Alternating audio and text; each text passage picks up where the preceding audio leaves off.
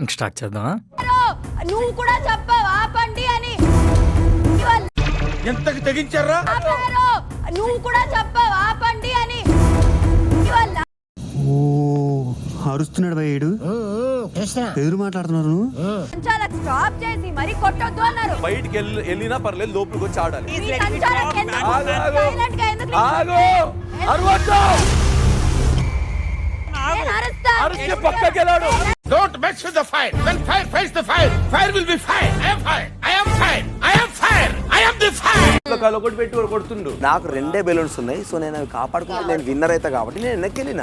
అది నా స్ట్రాటజీ. నా ఫుడ్ విషయంలో ఏమనింది? నాకు తను వేసిచ్చిన విధానం was hurting.